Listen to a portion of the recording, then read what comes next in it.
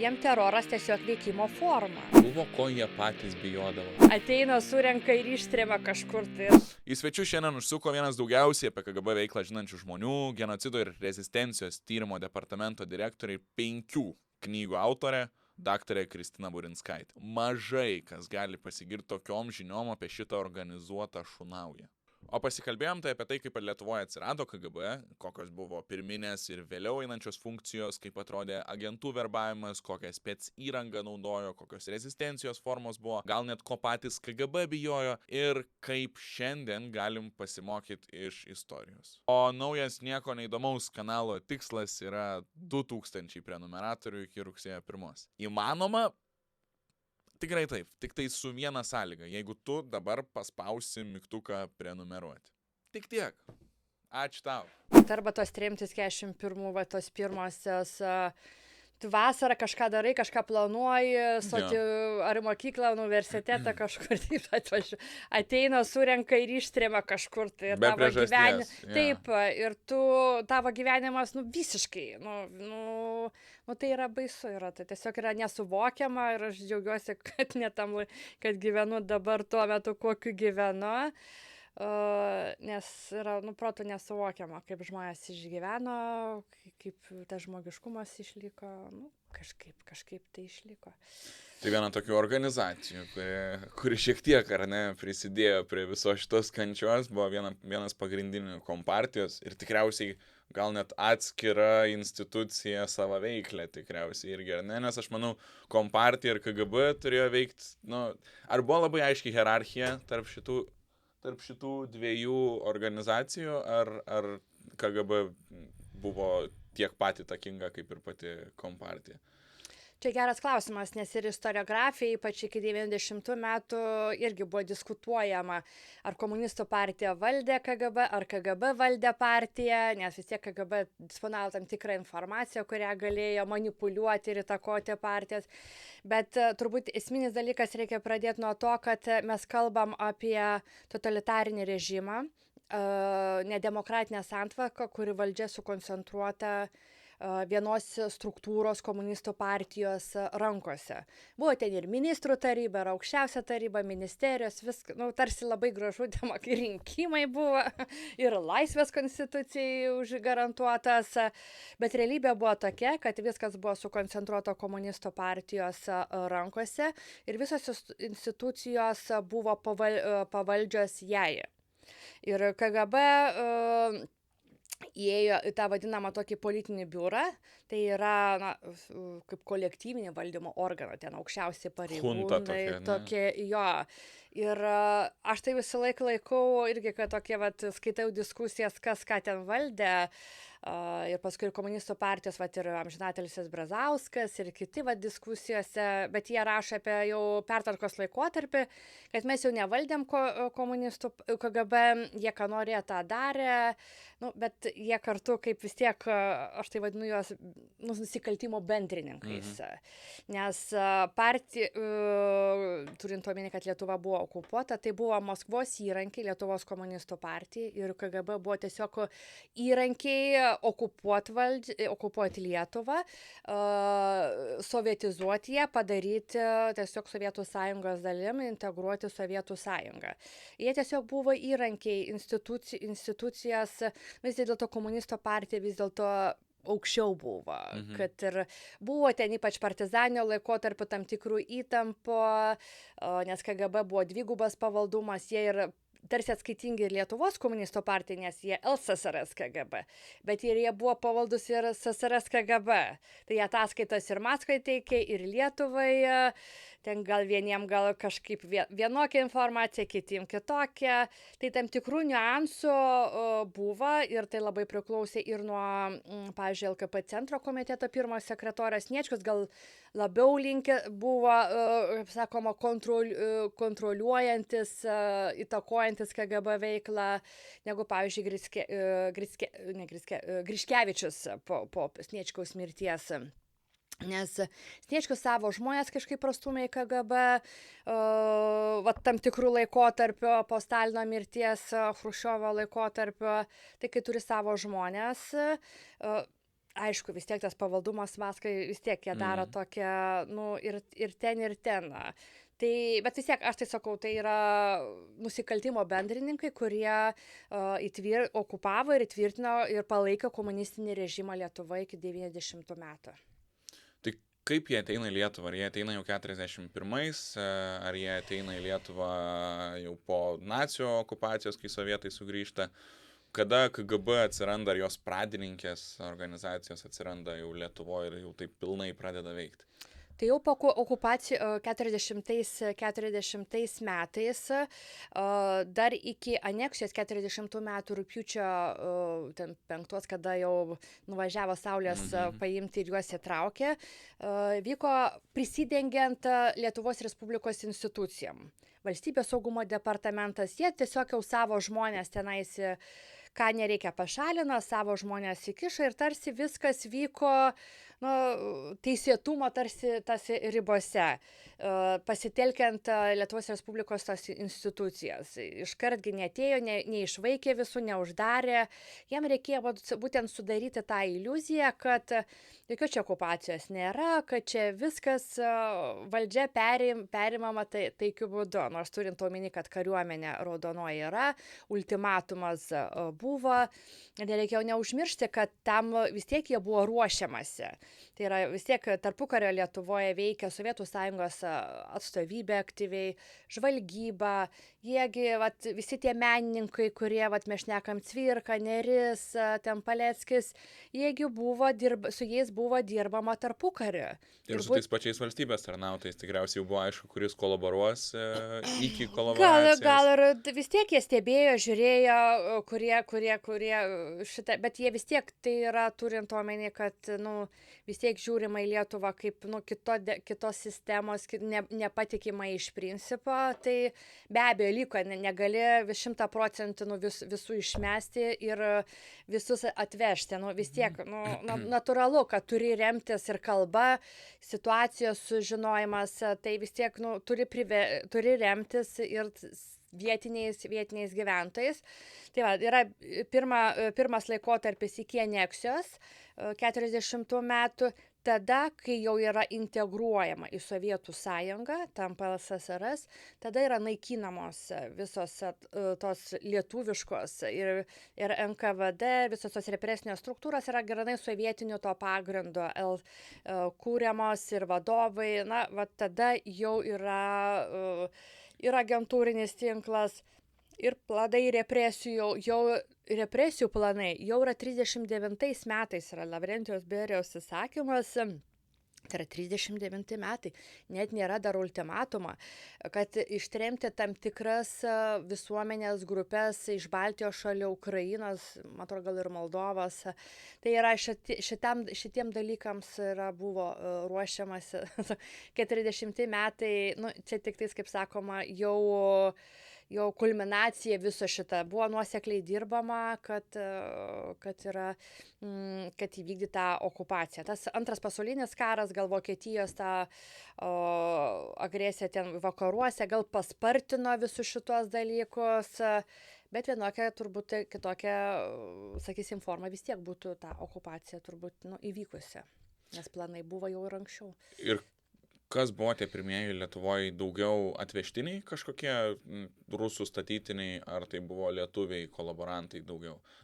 Kaip sakėt, kad pradžiai bandė, kad neatrodytų kaip okupacija, vėliau jau tikriausiai vežė savus ir statė agresyviausius. Tai vis tiek buvo vietinė komunistų partija, irgi jinai buvo legalizuota, vietinių represinių struktūrų, buvo ir vietinių ir atvežtinių, aš dabar nepasakysiu, ir kitų tautybių asmenų, tai paskui, ypač po 44 tas rusų kiekis labai padidėjo, nes ir nepasitikima ir taip, bet atsakau, iki 41 metų tų represijų, nes valdininkija, kariuomenė, žvalgybininkai, visi šitie buvo represuoti, tai automatiškai reikėjo kažkuo juos pakeisti. Tai yra, mes turim 40-45, tai yra metai, o visokios pertvarkos, tai yra nedidelis laiko tarpas, daug, tarsi čia tik tais ir pradžia, tai nesugebėjo dar tiek atvežti daug, visas šitas įsivažiavo tik po 44 metų. Ir kokios buvo pirminės funkcijos? Iškart tremt, gaudyt, ar ne, tam tikras visuomenės klases, vežt lauk, šaudyt? Taip, kad užkirsti kelią tiesiog tam būsimam pasipriešinimui. Nes jie supranta, nes tai ką, jie ateina į jų supratimu, ta demokratinė Lietuva yra iš principo negatyvi, nes turime apimni, kad turim totalitarinį režimą sovietų, nedemokratinį, turim demokratinę Lietuvą su privačia nuosavybė, visai kitokia sankloda, kitokiomis vertybėmis. Ir tu atėjus nedemokratiniu būdu, tu negali viską gražiai pakeisti. Čia be terorą, jie kitaip neįsivaizduoja, nes tai yra grandioziniai pokyčiai, jie iš principo turi būti represuotas tam tikros visuomenės grupės, kad nesipriešintų, kad vyktų visas sklandžiai. Todėl inteligentija ir labiausiai nukentėjo politikos elitas, karininkija, inteligentija kultūrinė, būtent, kad tiesiog užkirsti kelią bet kokiam pasipriešinimui, kad viskas vyktų sklandžiai, kiek galima. Gyvuliai. man visą laiką kraujas pradeda virti, kai kalbam šitom temom. Ne gyvuliai, tiesiog kai supranti, ko jie siekia, kokie žmonės, kokia sistema ateina, tarsi ir logika, nes teroras jiem, kiek teko ir universitete studijuojant, tenko ir Lenino raštus skaityti, jiem teroras tiesiog veikimo forma. Jie kitaip jie tiesiog taip supranta ir turint omeny, kad jie nori pakeisti mentalitetą, tiesiog iš principo sunaikinti seną ir sukurti naują. Tai čia geruoju, gražiom niekaip nepasidarys. Tai be represinių struktūrų čia niekaip nebus būtų įgyvendinta. Ir dabar, aš šiek tiek nesupratau, yra kadriniai darbuotojai ir agentai. Taip, čia visi. Kuo čia skiriasi? Aš klausiau, bandžiau išsiaiškinti. Aha, tai čia žiūriu, kad šitas dalykas, kadriniai darbuotojai, tai yra, kaip mes dirbam savo darbą. Tai jie įdarbinti, atlikti tam tikras funkcijas. Tiesiog. Oficialiai. Taip, oficialiai. Neaišku, jie vis tiek dabar viską gali internetuose matyti. Čia vis tiek jie slapta institucija ir tu didėm viešai taip jų nematysi, bet tiesiog įdarbinti su stažu, su visom darbo knygutėm. Specialistai, atliekantis tam tikras funkcijas. KGB agentai tai yra slapti bendradarbiai. Tai yra apie juos informaciją žino tik tais tie asmenys, kadriniai darbuotojai, kuriuos jie verbuodavo, kurie teikdavo suteikimą verbuoti. Tai yra labai siauras žmonių ratas. Ir jie turėdavo rašyti pasižadėjimą, nors ir ne visi. Čia irgi tokia lankstumo buvo. Jeigu, aš bendradarbiausiu, bet be jokių parašų, be jokių šiokių tokių. Tai KGB gal ypač pertvarkos laikotarpio, jiems tai gal tada, jiems turbūt buvo svarbiau, kad jie dirbtų tą darbą, o ten be parašų. Tai yra tokie neoficialūs bendradarbiai, apie kuriuos yra, įslaptinta informacija.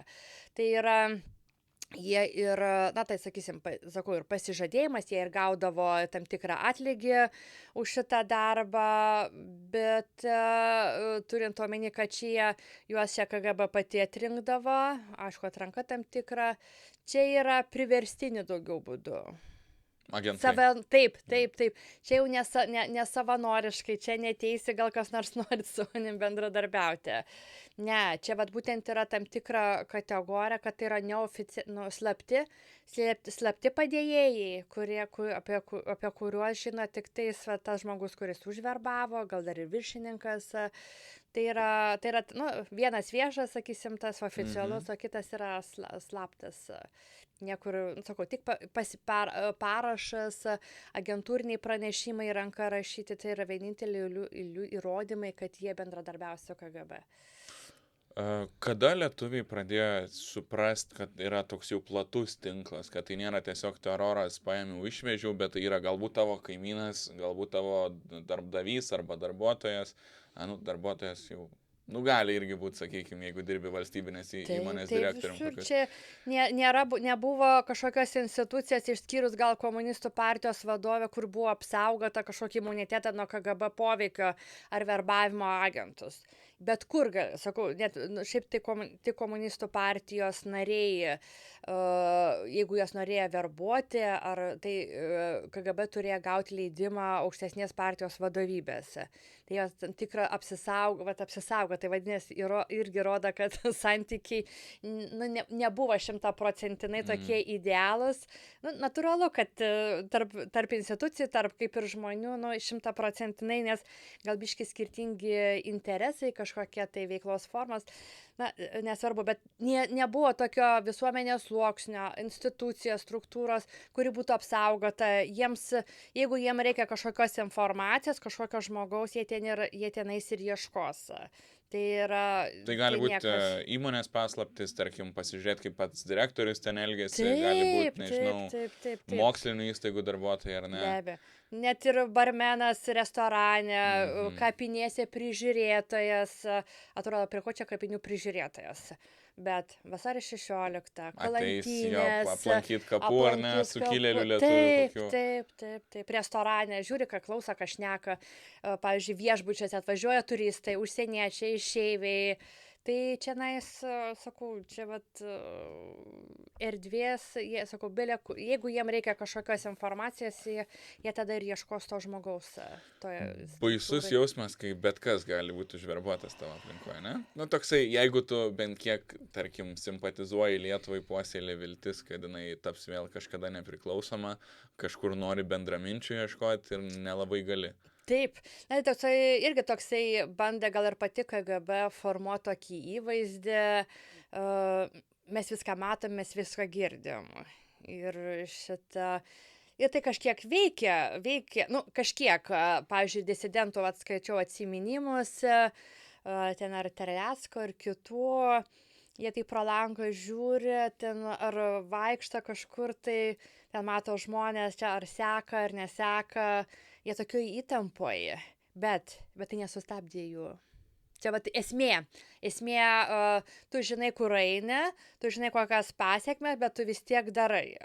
Ir be abejo, tos išdavystės, sakysim, tas ir partizaninio laikotarpio, būtent ypač buvo agentų pražūtinga veikla. Nes ne tiek represijos palaužė, bet kiek agentų veikla išdavystėse, nes būtent tie išdavikai, agentai atveda prie partizanų. Nes partizanai bunkeriuose, tu be informacijos iš vidaus, tu niekaip nesužinosi, kur jie yra.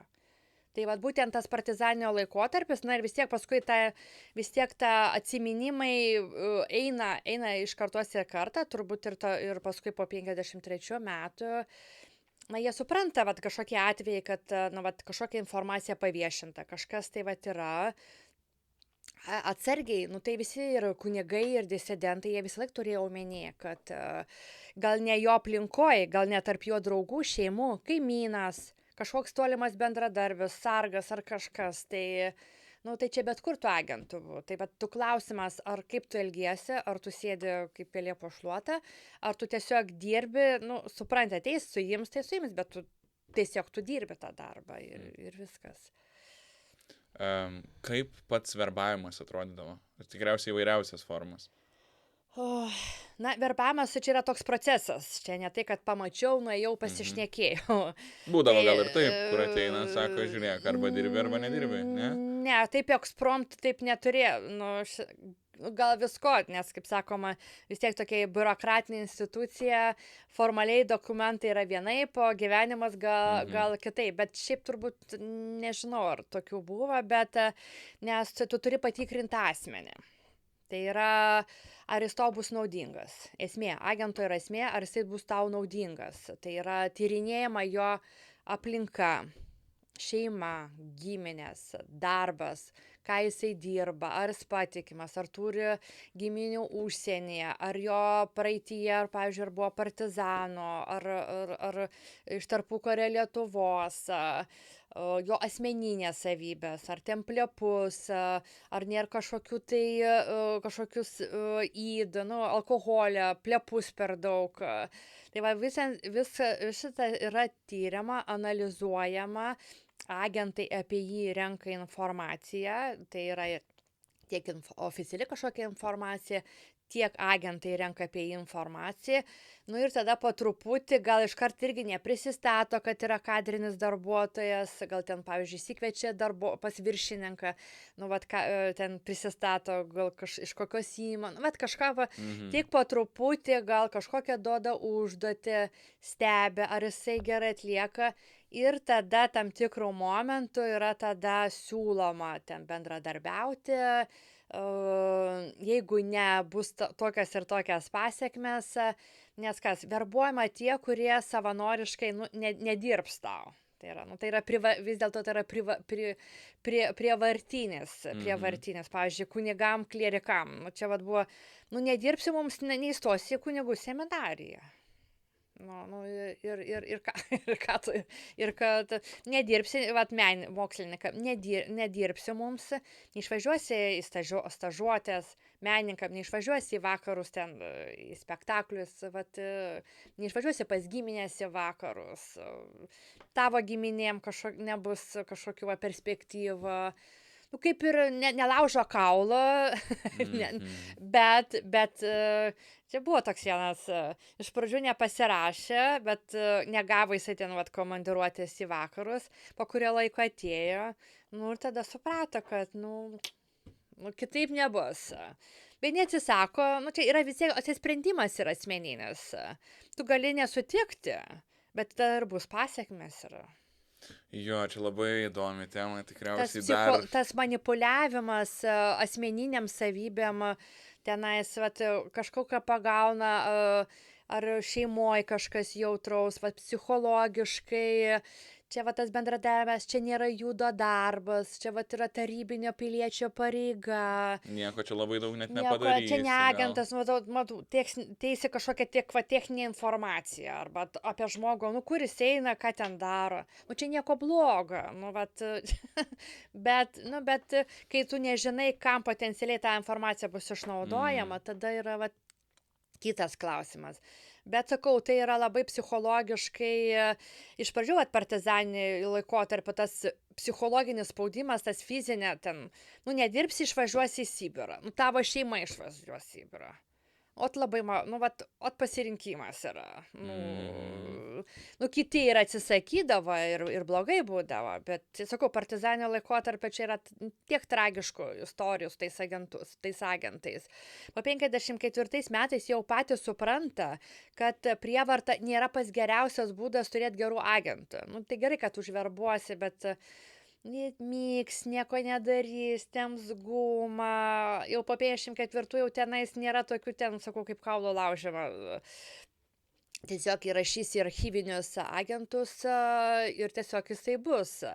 Bet daugiau norisi pateikti materialinio suinteresuotumą. Gausi pinigų, gausi kelionio, gausi dar kažko, tai tas materialinis suinteresuotumas, nors jie nori, kad jie idėjiškai dirbtų, kad čia nais, tai nes čia rašo, pavyzdžiui, disidentą, kaip tu užverbuosi idėjinių pagrindų, nekaip. Tai čia gal kompromatas, gal kažkokio kitomo, tai yra manipuliuojama įvairiais dalykais. Sakau, iš pradžių gal buvo kompromatas, šantažas, paskui jau, sakau, patys supranta, kad ne tik botagas, bet ir sausainis kartais suveikia. Ir čia labai įdomi tema, ar galime teisti to žmonės, nes visiems dabar lengva šnekėti iš šiandienos perspektyvos, bet jeigu klausimas yra, ar tavo giminėm, ar tavo artimiausiam šeimos nariam blogai, ar tu tiesiog biškelį prisidėk gal prie mūsų, gal duok informacijos kažkokios ir kažką, ir tada visus kaip ir nurašom, noris būti tokioj teisuolio pozicijoje, bet kaip ir negalima, kaip jūs čia vertinat? Čia klausimas, čia turbūt esminis ir tas teisti, vertinti. Aš pati dar nesu atsakiusi klausimą, čia gal apskritai bendrai, aš kaip sakau, tai nėra biografija puošiantis faktas pirma. Čia jau, kaip sakoma, negraža, bet kurio atveju. Antras dalykas, aš tai visą laiką nereikia suabsoliutinti visų, kad jie visi kažką tai blogai darė, išdavė, dėl ko žmogus kitas nukentėjo. Yra tokių, kurie nieko nedirbo, kurie ten simuliavo, bet yra, kurie ir dirbo, kurie tikrai daug blogio padarė kitiems žmonėms. Tai aš manau, taip, jie vis tiek, norint gauti tam tikrą informaciją, turi prisigretinti žmogaus, įgyti pasitikėjimą ir tu, kaip sakoma, sakysim, tas, negražu, kad žmogui neįžeisti, bet, išduoti jo pasitikėjimą, bet sakau, pavyzdžiui, apie pramoninį techninis šnipinėjimas, tai čia vat kitas klausimas. Ir dabar tas vyksta. Ir taip, agentų toks darbas yra. Ir aš sakau, kiti tikrai labai matos viešoje erdvėje, iš tikrųjų agentas yra blogis ir viskas. Bet aš tai linkčiau, reikėtų kalbėti apie konkretų atvejį individualiai, ką jisai padarė, nepadarė. Gal tiesiog įsirašė ir išvažiavo ir tokių nieko neįteikė, o kitas aktyviai dirba. Ar galima sulyginti tokius dalykus, kuris nieko nedarė, gal ten minimaliai arba nieko, ir tas, kuris ten agentų pranešimų, ten ištisos bylos. Kuris savo norų varė į priekį, ne tik pakelkite algą. Jo, bet ir šitą irgi patys KGB darbuotojai rašo, kad daug gauna pranešimų, bet iš jų naudos, ten tiesiog kai kurie, tiesiog apie orą, sakykime. Tai čia mano vienas iš klausimų, kokie buvo pasipriešinimo, kokios formos buvo pradžiai. Nes, pavyzdžiui, tu, kaip ir sakot, gali apsimest, kad tu bendradarbiauji, bet duoti, nesąmoningus parodymus. Tarkim, kad ten kažką įvyko, tada save neigt pradėti, durnelių apsimesti ir panašiai. Čia viena iš rezistencijos formų. Taip, bet žinokit, agentai tikrindavo kitus agentus. Aišku, jie nežinodavo. Jo, jie nežinodavo, kad vienas apie kitą nežinojo ir jie tikrindavo tą agentą, jeigu partizaninio laikotarpio tu greitai Sibire gali atsidurti už tokios baikas. Arba, pavyzdžiui, partizanams numes netyčia lapelį, kad tas žmogus agentas. Ir kuo baigsis. Partizanai įsus bus ten karo lauko teismas. Taip, tu gali tenais apie orą rašyti, gali ten meluoti ir buvo ir dezinformavimo, visokių atvejų. Tai kai kuriais atvejais irgi turbūt gal nuo kadrinio darbuotojo, nuo laikotarpio, kokias pasiekmes. Sakau, kitus archyvinius tai archyvinius agentus, tiesiog tokie tiesiog jie yra, jo dokumentacija yra ir jų tiesiog neliečia, arba gali represijų susilaukti. Arba tavo šeima gali susilaukti. O kokios dar buvo tada formos, kaip galima priešintis, tarkim, tave verbuoja, tu sakai ne? Žinokit, jie užsiverbuoja ir paskui juos ir jeigu verbuoja suimtuosius, jie užsiverbuoja, juos paleidžia ir jie pabėga. Tai jie irgi agentai, jie dokumentuose agentai. Ir tu dabar lygink juos, kad su visais agentais jie viens prie vieno. Tai tave pagauna, ten pakankina, kažką, tu sakai gerai bendradarbiausiu, tave paleidžia ir tu dedi kojas. Ir tada dedi kojas, tu ten pas partizanus ar kažkur pabėgi ir, tokių buvo atvejų. Bet, jisai kaip užverbuotas, realiai formaliai jis kaip ir agentas, bet jis nieko nepadarė. Nes, pavyzdžiui, 52 metais vyko tam tikra reforma agentūrinė tinklo. Tai ten labai daug buvo išmestų, nes jie visiškai nenaudingi. Juos tiesiog visus... Inventorizacija. Tai tenais, dabar tiksliai nepasakysiu, bet ten žiauriai daug. Tiesiog pašalinta, jas nieko neveikia. Tai ką tai rodo? Tai, kad juos verbavo visus iš eilės, reikia, nereikia, o paskui paaiškėjo, kad jie nenaudingi. Po 54 metais jau buvo kitaip yra. Jau yra tyrinėjama. Tai perėjo iš to brutalaus teroro į jau tokią protingesnę organizaciją. Iš tokio masinio selektyvo. Tokį jau labiau analizuojama. Taip, daugiau analizuojama, tyriama, ar jis vertingas, ar nevertingas. Čia, biškitas ir laikotarpiai skiriasi, jau ten reikėjo greitai čia ir dabar tos informacijos, o paskui jau buvo kitaip jau. Gaudavo kažkokį atlygį agentai, be to, kad naudos būdavo tam tikros išvažiuosi į komandiruotę ar kažkas tokio, ar būdavo koks nors piniginis susitarimas? Buvo, gaudavo, ten yra pakvitavimai, kurie rodo, kad agentai gaudavo pinigų, ten nebuvo didelė, bet ne visi, čia turbūt gal žiūrėdavo kadrinis darbuotojas, tai kokia informacija, bet tai nebuvo kaip algalapiai, kad tu kiekvieną mėnesį gauni kažkokį. Ne, tai tiesiog už tam tikrą informaciją, už tam tikrą veiklą jie kažką gaudavo, arba kažkokius kvepalai, ar fotoaparatas, dar kažkas. Tai jeigu matai, kad tavo kaimynas jau naują laikrodį turi, ar tą naują mašiną turi, tai jau žinau, kad, tikriausiai Sovietų Sąjungoje bus jau kažkaip su valdžia susijęs rimčiau. Tai čia nebūtinai KGB, čia tiesiog ir partinė nomenklatūra yra. Tiesiog gal kai netikėtai kažkoks tai vargšas žmogus gal jau vaikšto su kažkuo, tai tada galiu pagalvoti, iš kur čia nais. Bet taip gaudavo, bet sakau, tai yra ne tik tas toks piniginės, bet yra ir kitokios formos padėkos. Ar yra žinoma, ar dabar tokia mintis šovė, aukštesniuose KGB sluoksniuose, ar kontražvalgyba kažkokia Lietuvos yra ten buvusi, kokie nors aukštesnio rango pareigūnai, kurie iš tikrųjų buvo, jeigu žiūrint iš KGB pusės, išdavikai? Pačioj organizacijai. Ar ta prasme tie patys, nežinau, amerikiečiai gal savus kažkokius įstatydavo, bet čia jau, Lietuvos atvejo klausiu.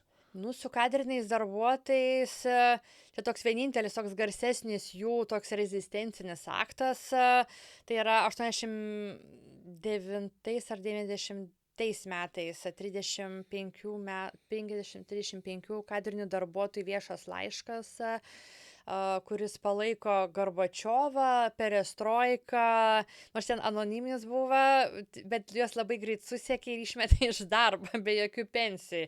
Tai tas Danukas Arlauskas, kuris yra čia pramonininkų konfederacijos, bent jau buvo, dabar nežinau, čia į Seimą ėjo, tai buvo vienas iš jų, būtent iš šitą asmenų, kurie, tokia, kaip ir rezistencija, nes vis tiek KGB kaip sistema, jie buvo oficialiai tarsi už viešumą, už bet realiai jiems čia yra, čia nesuderinami tokie KGB ir viešumas, demokratija čia yra kaip diena ir naktis.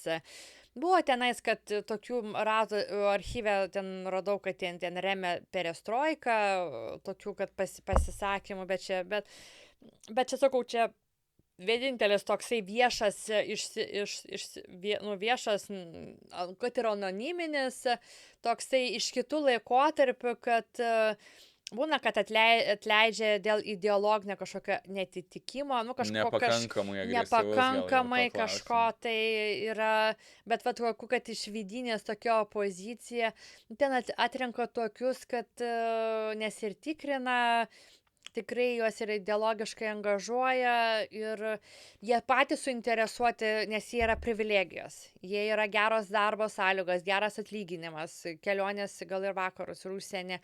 Tai kam kirsti šaką, kurios, nes ten tikrai rezistentai neina, taigi žinai, kur tai eina. Ne, čia tokių dalykų ne, čia netokia struktūra, nes jų tikrina, analizuoja ir jie turbūt greitai suseka tokius dalykus. Čia tas atvejis iš 89-90, tai man toks oportunistinis labiau skamba, kai jau matai, kad viskas griūna, tai bandai, kad yra dar anoniminį vis tiek pasirašai laišką dėl viso. Dar 89 metai, dar kai buvo neaišku, aš dabar neprisimenu, 80, turbūt gal 89, reikia pasižiūrėti, nenoriu suklysti. Dar 89, dar gal pradžioj dar neaišku, kaip čia viskas krypo. Jeigu tenai, sakysim, jau aukščiausios tarybos link 90 metų, gal taip. 90 metais, nes KGB baigė gyvuoti 91 metų spalio mėnesio oficialiai. 91 persivadino Ne, jie tiesiog, nepersivadino, jie tiesiog buvo, kaip baigė savo veiklą Lietuvoje, nors jie tikėjosi. Lietuvoje. Nes 90 metais jiegi dar veikia, buvo ir VSD, ir KGB, tokia dviguba, jie kažkaip dar galvoja, kad čia kažkaip jie įsikomponuos, veiks. Koks čia mąstymas, tai nesupranta. Bet tai dar nemanau, kad čia oportunistinis kuo jie čia siekia, čia tik jie galėtų pasakyti. Nu, bet toksai irgi rodo, kad nebuvo ten visiškai vienalytė tokia masė, kad nu, žmonės, ypač kadangi čia ir lietuviai, tas irgi labai svarbu, nu, tai tas, jie jautė gal pulsą ir turbūt norėjo pasisakyti, nes gal tos baimės mažėja, gal kitas mąstymas jau kita karta, kad galima kažką pasakyti, bet vat, gavosi kaip gavosi. Kitas labai įdomus man dalykas, ar buvo ko jie patys bijodavo, KGB struktūra? Kokios jų baimės buvo? Nes atrodo, tu eini su Vėzdu ir visiems duodi per galvas, bet stovi dvigubas, ne dvigubas, o tave sekantis kitas KGB agentas ar ne, galimai dėl tavo veiksmų gali. Na, ta prasme, visi vieni kitus vis tiek sekė, kad ir viduje KGB. Ne, pati kadrinių darbuotojų ten tikrai nieks nesekė. Čia agentai sekė kitus agentus, bet aišku, jie nežinojo, kad jie agentai yra. Tai taip. Šitą... Ar buvo ko jie bijojo? Kompartijos aukščiausių žmonių. Agentai ar kadriniai darbuotojai? Kadriniai darbuotojai. Nu, jie ko viešumo. Čia turint omeny apie ką, ko jie bijojo. Jie, kalbant apie kovą su disidentais, šitais rezistentais, jie bijojo viešumą. Nu, jiem nenaudinga buvo, nes jie ten, pavyzdžiui, tuos disidentus nori kaip tiesiog eilinius nusikaltėlius pateikti, o, sakysim, viešina į vakarus tą informaciją, kad čia yra visai kitokia. Jie vakaruose kalba, kaip čia Sovietų Lietuvoje labai gerai, kaip čia jokių persekiojimų nėra, kaip čia katalikų bažnyčia, ne viskas gerai ir jiem eina ta kita informacija. Tai kam ta geležinė uždanga, ta informacijos kontrolė, nu, jie norėjo ramiai gyventi, o tas viešumas, ta informacija, jiem buvo tas galvos skausmas, todėl visi kontaktai su vakarais, kontrolė jų buvo tas, labai, labai svarbu, kad tik tas tarptautiniam lygmenį, kad tik tais nebūtų to ažiotažo, kad kažkokio spaudimo vakarams. Tai tas, kad paneigtų tą sovietinę propagandą, kad, nežinau, čia ar bijojo, tiesiog norėjo ramiai gyventi komunistų partija, pavyzdžiui, komunistų partija LKP būtent lietuviai. Labai nenorėjo, kad tremtiniai 50, po Stalino mirties, kad grįžtų tremtiniai kaliniai. Ne Maskva nenorėjo, bet vietinė komunistų partija trukdė jiem grįžti, nes jau galvoja, kad čia prasidės masiniai protestai, viskas. Ir būtent jie rašė, kad jų neleisti grįžti į Lietuvą. Jiem negyventi Vilniui, Kaune, būtent, matot, vietiniai, nes ir paskui matosi iš KGB tų ataskaitų, kad tie politkaliniai, buvo, kad ten koks Terleckas, Petkus, kurie, pasėdė kalėjime, grįžta vėl ir vėl. Tokie jau, tokie išskirtiniai, bet daug didžioji masė tų tremtinių kalinių buvusių, jie tiesiog gyveno, bet juos iš principo laikė priešais ir jie vis laik buvo padidinamo stiklo. O buvo atveju, kai kadrinius darbuotojus kėsindavosi lietuvių disidentai? Ne, tai bet reikia juos pirmą žinoti. Tai slaptai ir tas viešumas, pavyzdžiui, dar ir iš tos pusės, kad jeigu kažkas žino, kad tu esi vienas KGB kadrinių darbuotojų, tau iškart turėtų kilti šiokia tokia grėsmė gatvėje vaikščioti. Aš taip įsivaizduočiau. Ne, aš net nemanau, kad jie kažkaip tai, kad jie bijojo, nes pakankamai jautėsi galingai ir kažkaip nemanau, kad ir disidentams sukilo tokia mintis. Bet čia mes jau kalbam po 54 metų. Jo. Iki 54 tai tenais tikrai jiem grėsė ten partizanai. Partizanai.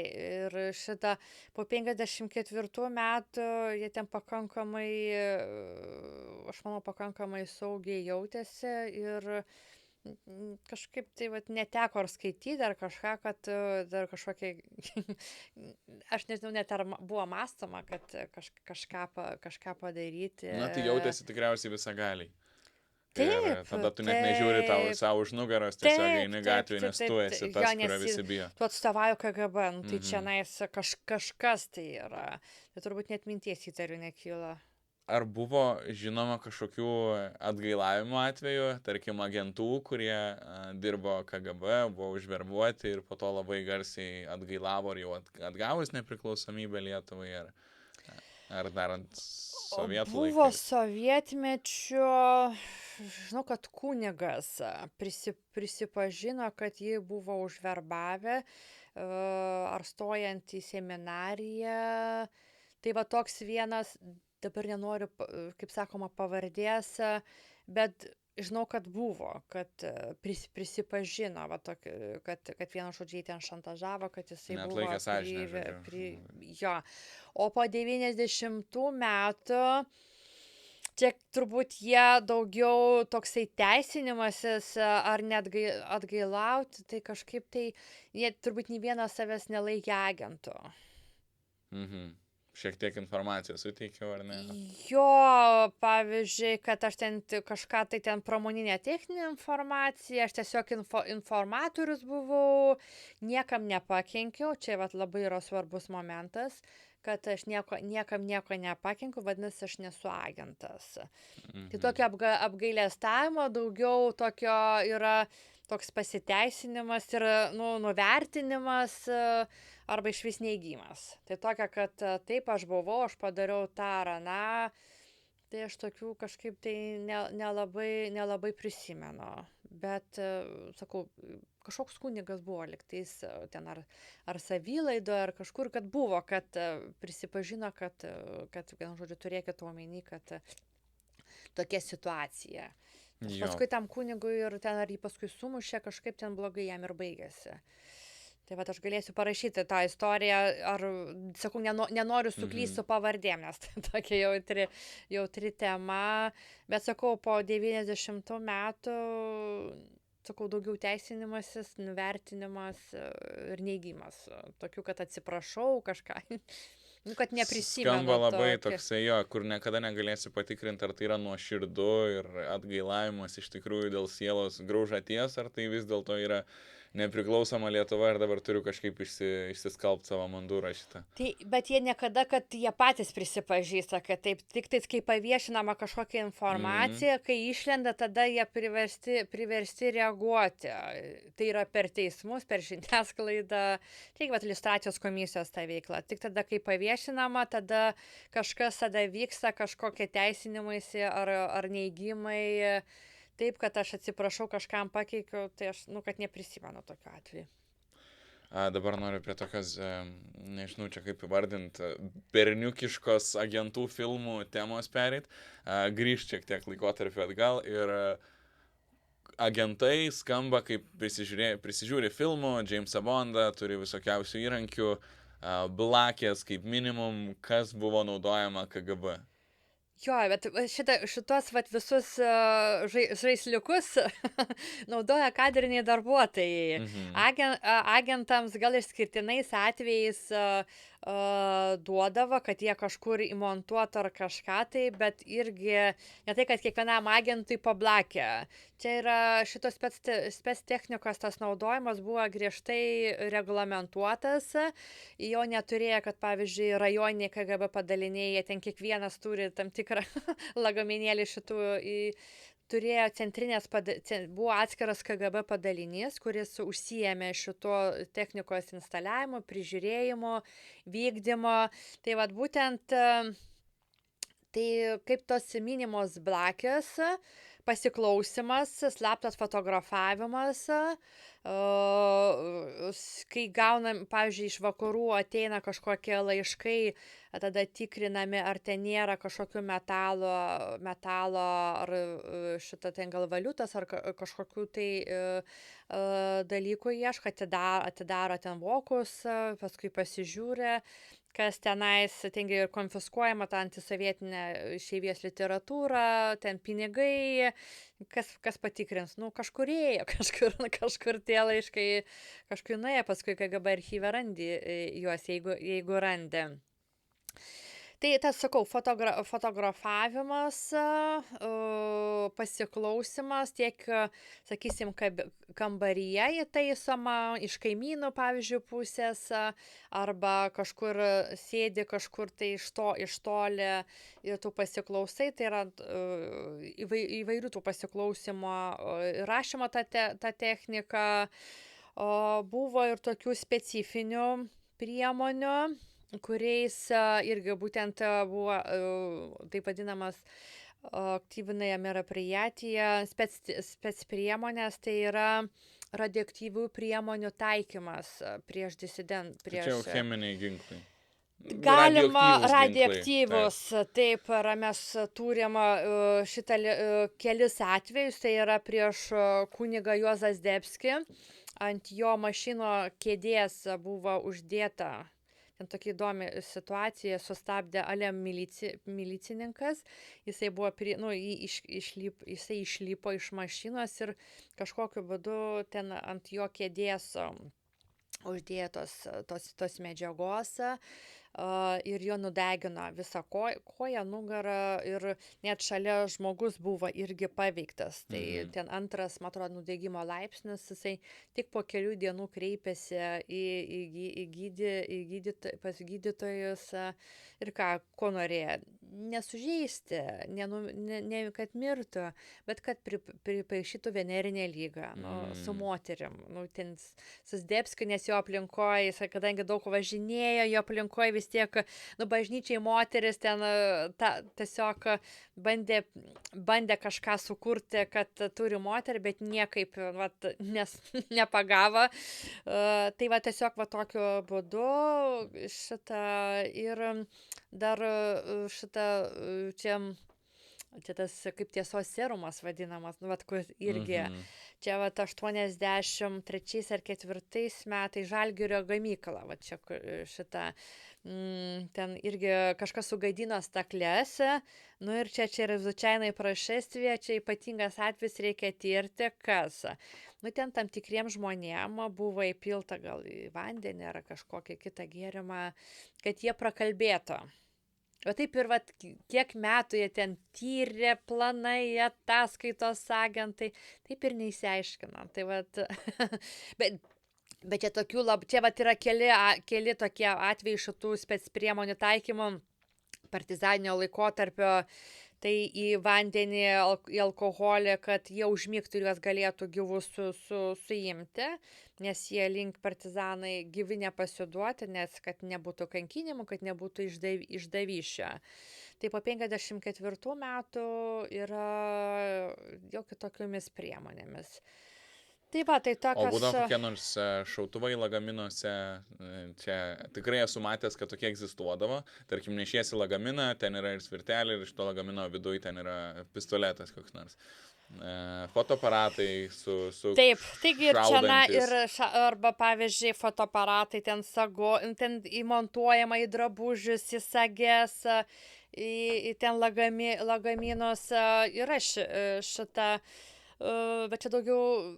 Pas mus, aš nežinau, kad tų pavyzdžių, pavyzdžiui, mūsų archyve, šitą muziejuje, tokių dalykų nėra, bet gali būti, nes daug išvežta, nes jiem tai yra, ta technika, tai yra, brangi, svarbi, tokia kaip operatyvinė priemonė.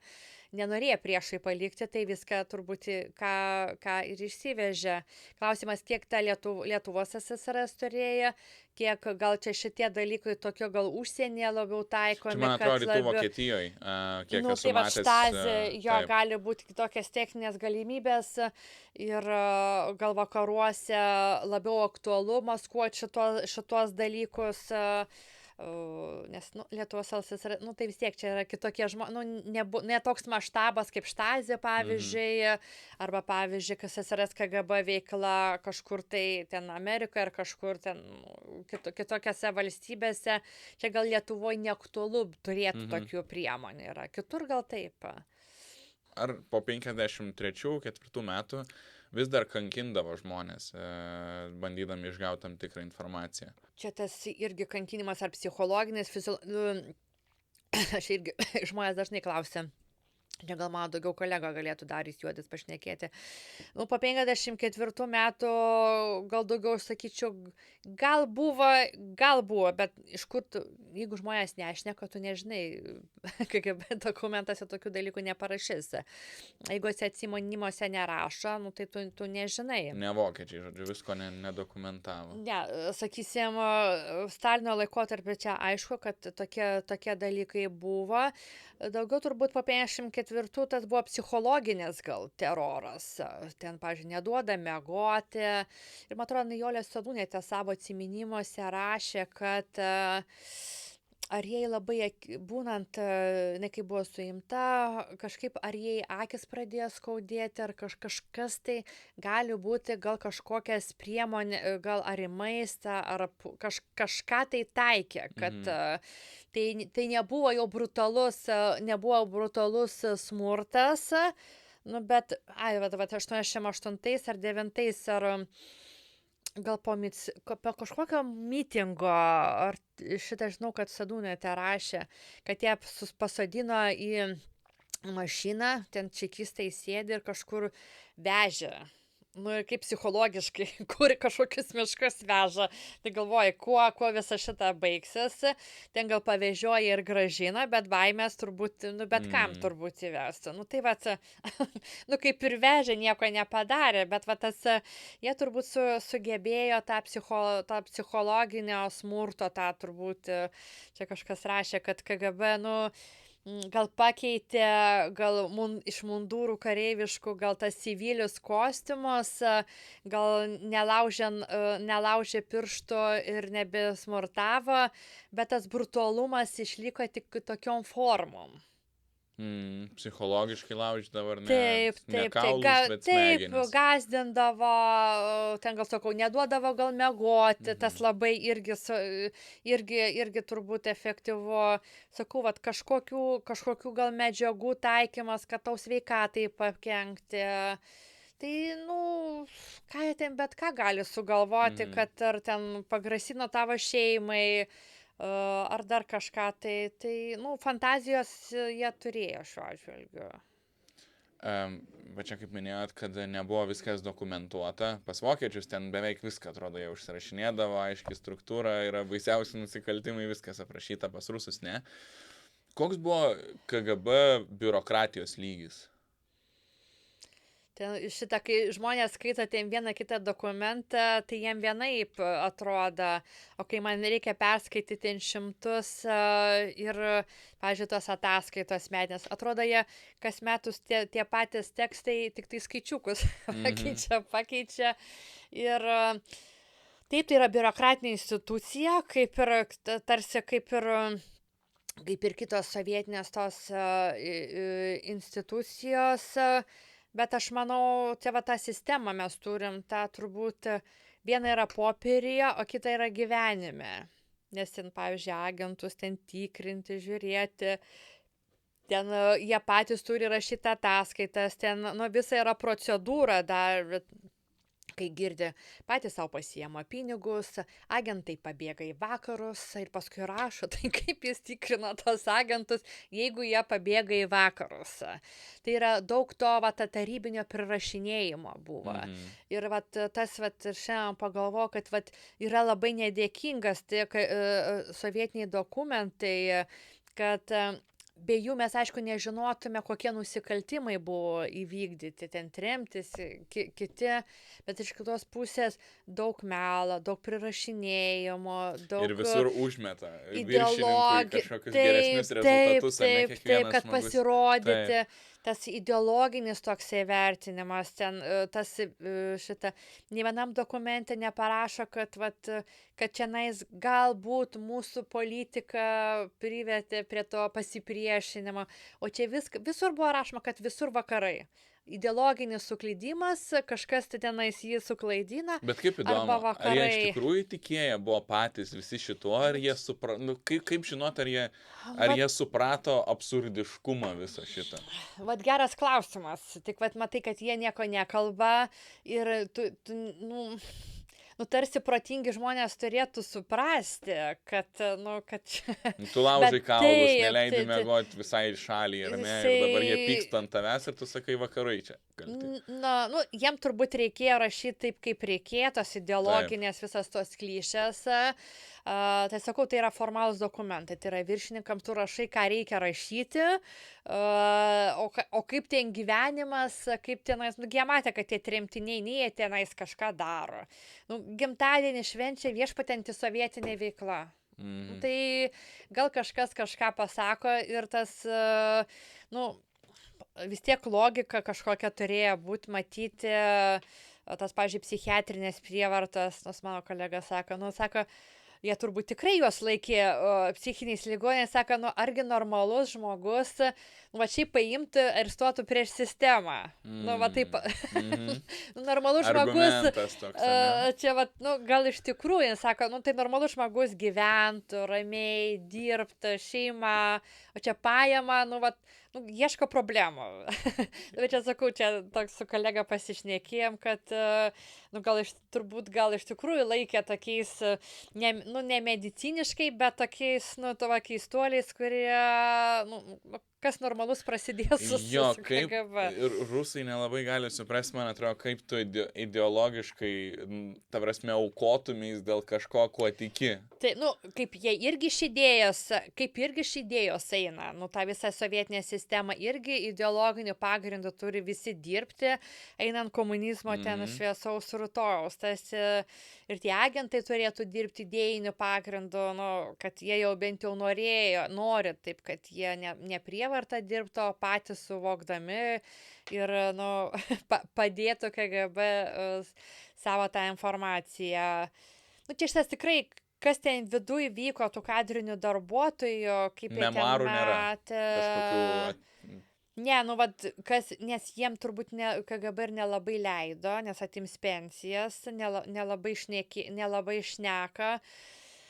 Buvo čia tokio Henriko Vaigausko, jisai ten buvo kaip ir žvalgyboje, bet ten irgi rašo taip, kaip ir KGB dokumentuose, čia vakarai, čia jisai rašo, čia tremtiniai dar gali džiaugtis, kad jie vagonuose važiavo į Sibirą, mes ten be jokio uždengo kažkur važiavo, tokie marazmai.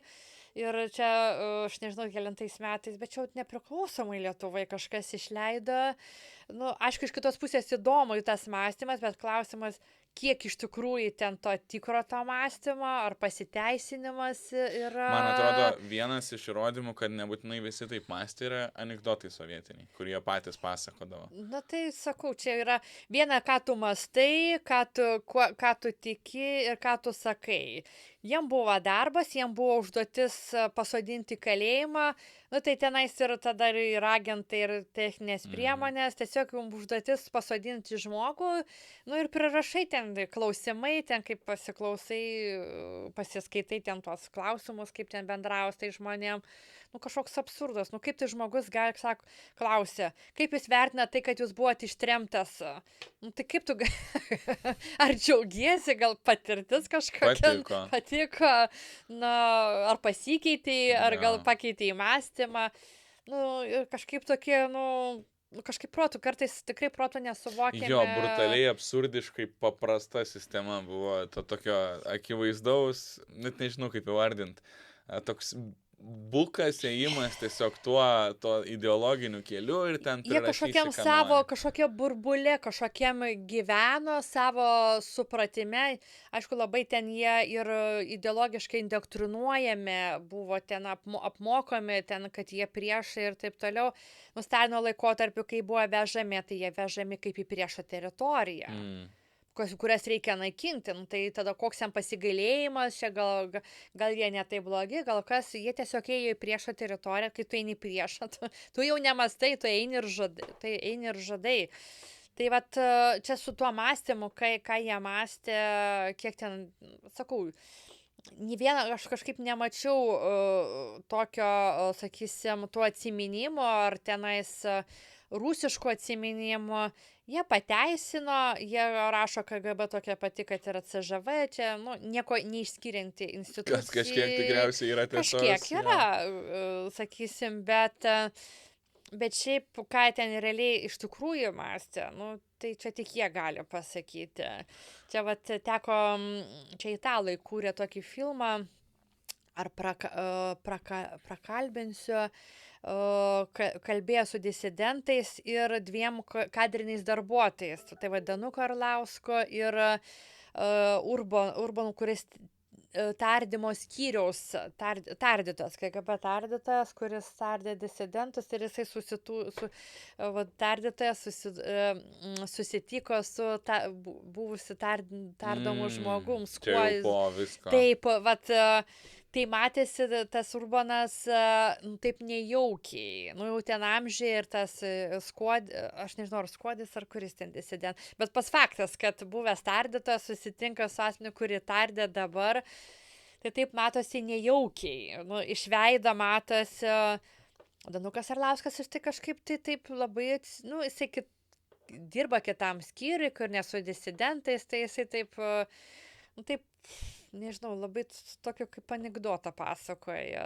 Tai man tai kažkaip labai keistai šitas tarsi nuveliuoja kažkaip tai, tu dirbi į KGB, tu nesvarbu, kad tenais ekonomiką prižiūrėjai ir kad ten paskutinį laikotarpį, bet tai vis tiek tu. Tai čia iš tikrųjų geri klausimai ir įdomus, bet juos sunku labai atsakyti, nes iš tų dokumentų tikrai nesužinosi, nes yra oficialūs dokumentai, o atsiminimų, nėra. Man apie biurokratiją dar klausimas, tokia idėja kilo besiruošiant, kad kai pas rusus tokia betvarkė, gal netgi kažkiek į naudą ateina uzurpuotom tautom, nes netoks efektyvus mechanizmas kaip pas kokį vokietį. Nežinau, ar čia galima taip galvoti ir palyginti. Jie labai, pavyzdžiui, kad čia geriausias pavyzdys ta kronika, katalikų bažnyčios kronika, tai ištisai dokumentai, planai, ataskaitų, dešimtis, šimtai agentų, kad tik nepatektų į vakarus. Bet kaip ėjo į vakarus, taip ir ėjo.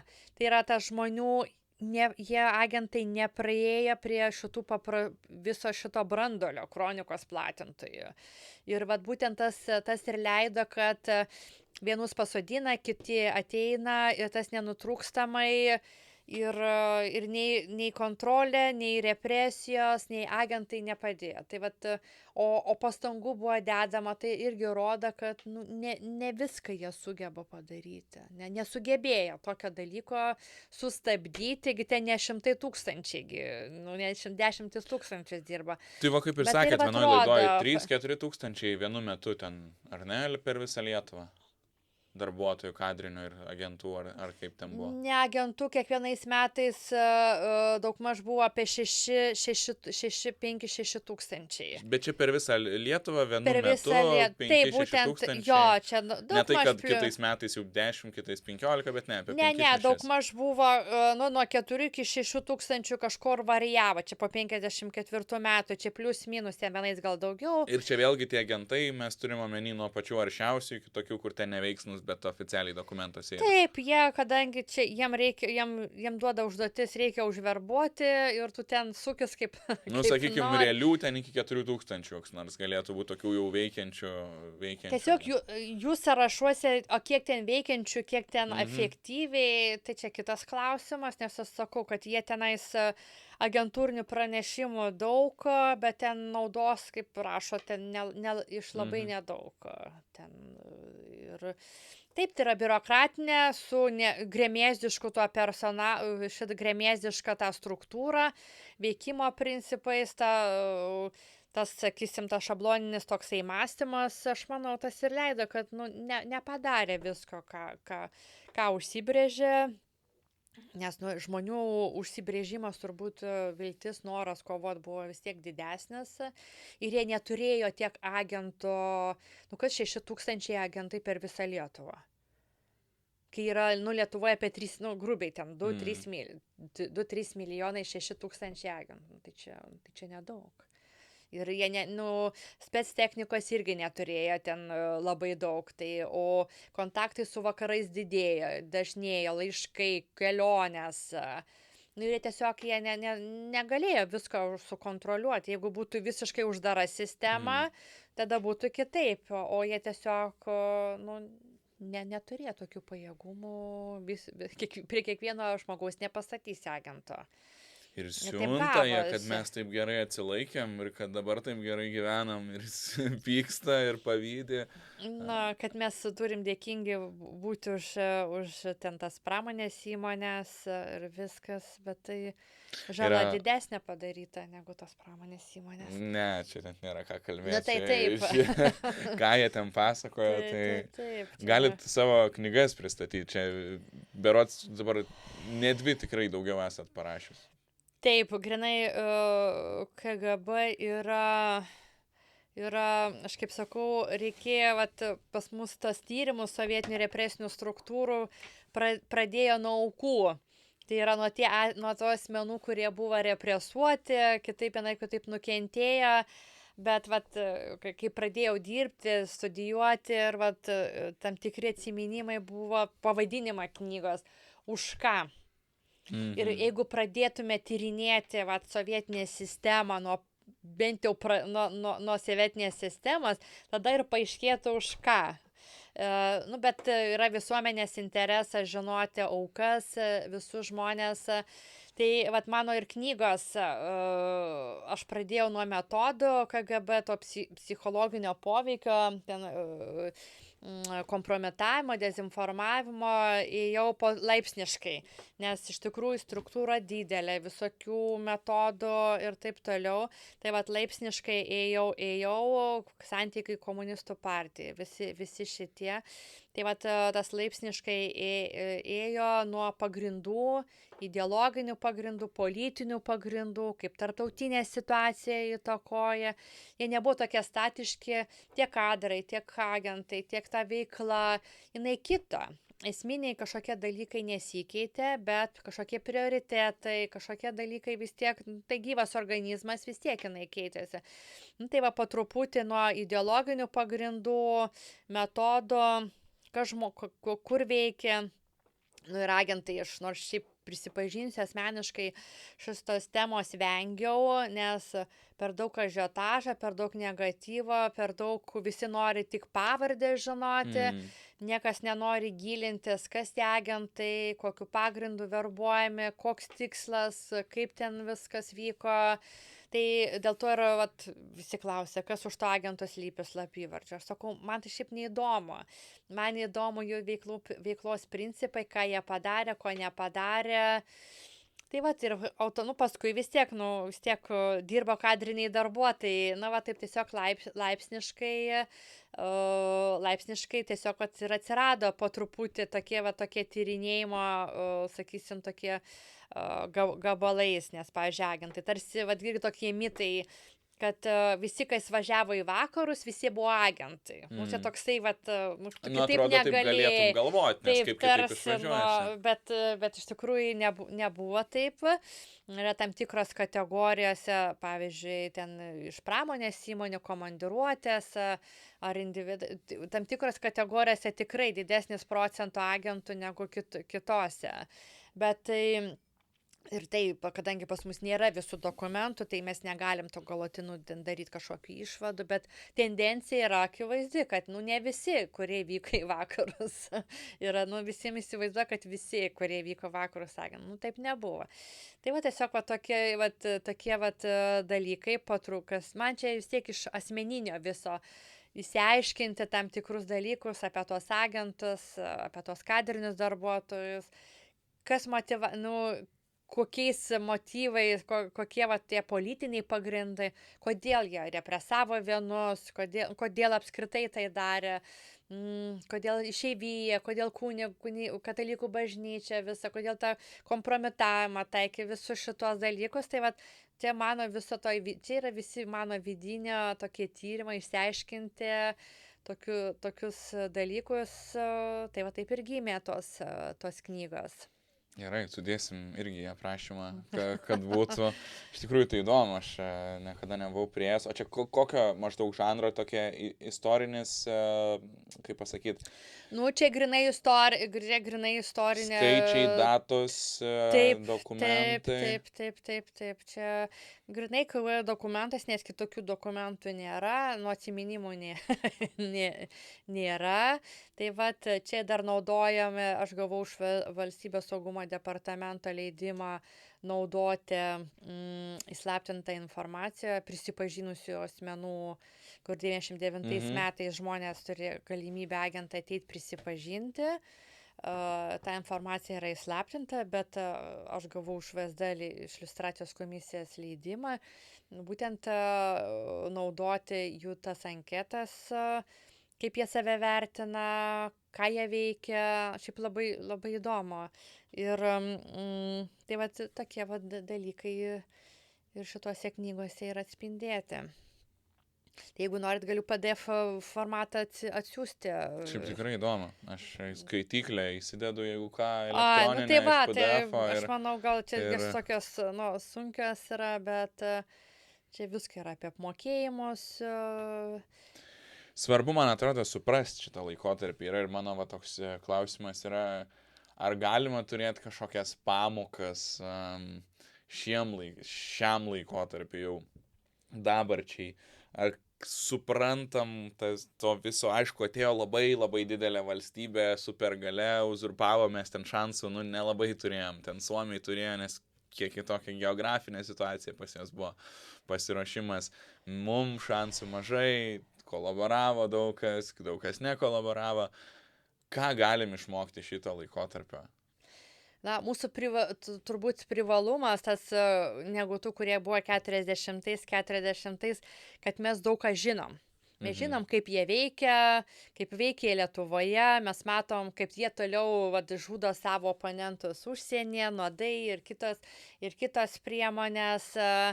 Tai tas mūsų žinojimas, aišku, dabar yra kitokių būdų, kitokių ir galimybės, ten internetas, visos kitos technologijos, turbūt gyvenimas nestovi ir jiems ir šitą, bet patys principai tokie, kad su oponentais reikia kovoti bet kokiom priemonėm, tai yra būti nuolat pasiruošusiems stebėti. Sakau, mes žinom, kad tokia valstybė šalia mūsų yra, kad nesiskaito su priemonėm. Tai aš manau, tas mano privalumas ir tiesiog, stebėti. Aš manau, mes viską teisingai kaip ir darom. Neužmirštam šito laikotarpio. Šitų dalykų neužmirštam. Tai yra svarbu, kad tai va, jeigu nori dokumentų pasiskaityti, yra KGB veikla internetinė svetainė, ten kaip rajonuose veikia, kaip ten ir agentai, ir kitos technikos, santykiai su komunistų partija. Tai va, tas žinojimas yra mūsų ta stiprybė. Tai va, turbūt tiek. Tai skaitom, domimės, nepamirštam.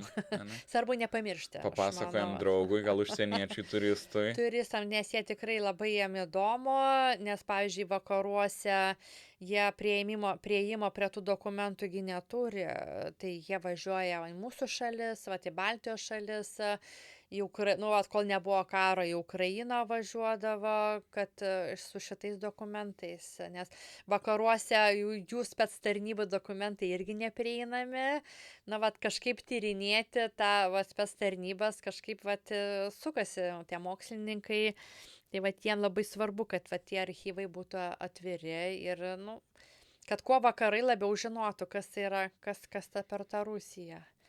Jo, čia man sakau, tie dalykas, kai Holodomorą tą patį darė, kur žmonės vakaruose net netikėjo, ten išplaukė informacija, sako, negali tai būti.